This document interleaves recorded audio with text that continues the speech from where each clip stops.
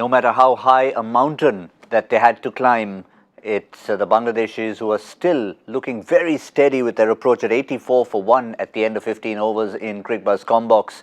And just to confirm exactly where we are and what's happened till now, unfortunate run out of Shomu Sharkar, who's been the hero with the ball, looking good with the bat, just a little confusion, and that was the end of that. But other than that, there's been no blips in the very calm approach from the Bangladeshis chasing such a huge total. Got Zaheer Khan alongside. If you were a Bangladeshi fan, other than that wicket, you couldn't have asked for a better, sedate, calm start.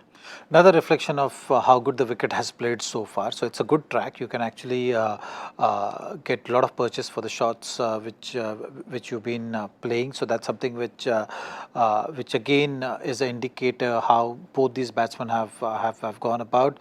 Shakib has looked very comfortable. He's continuing with the purple patch which he's been in, and Tamim. So it all depends on this partnership now, how solid it is, because now for Bangladesh to stay in the game, I feel that they'll have to bat these next 20 overs till about 35 overs. Look to get runs at minimum 7 runs per over, which means that they have to score 140 runs, and that's something which is not going to be easy. So let's see if they're able to achieve that. Then last 15 overs, about 9 runs per over. Also, if they have wickets in hand, bowling of Australia will be under pressure. So from Bangladesh's point of view, they'll have to get in that kind of a position.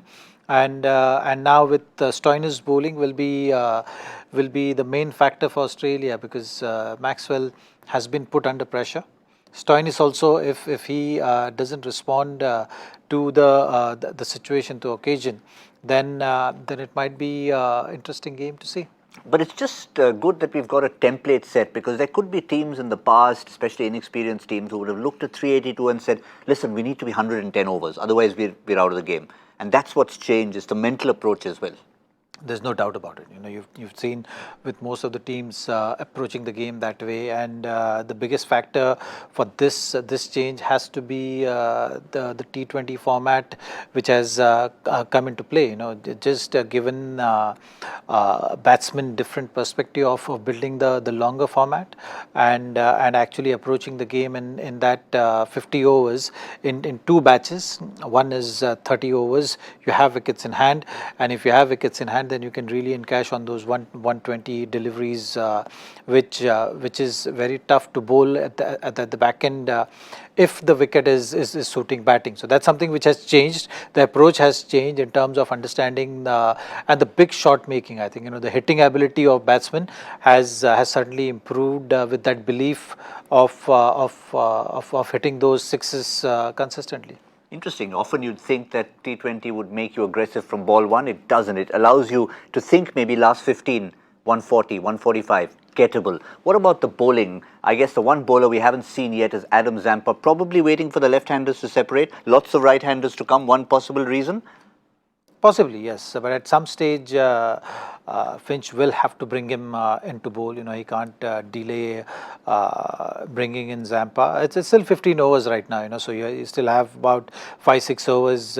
Even if he comes into bowl around 22nd over, and it's not going to change much, because he's their frontline bowler. What Finch is trying to do is get rid of his 5th bowlers overs out quickly as possible. And this is where Tamim and Shakib both need to be proactive and put that pressure on Stoinis and Maxwell at this stage to force that change of bringing Zampa in. And I'm sure these 2 left-handers will fancy Zampa coming in at this stage because of the dimensions of the ground. They might target the shorter boundary. Just to wrap up, if you were the bowling coach right now, would you think that they should be doing anything different, at least as far as the faster bowlers are concerned?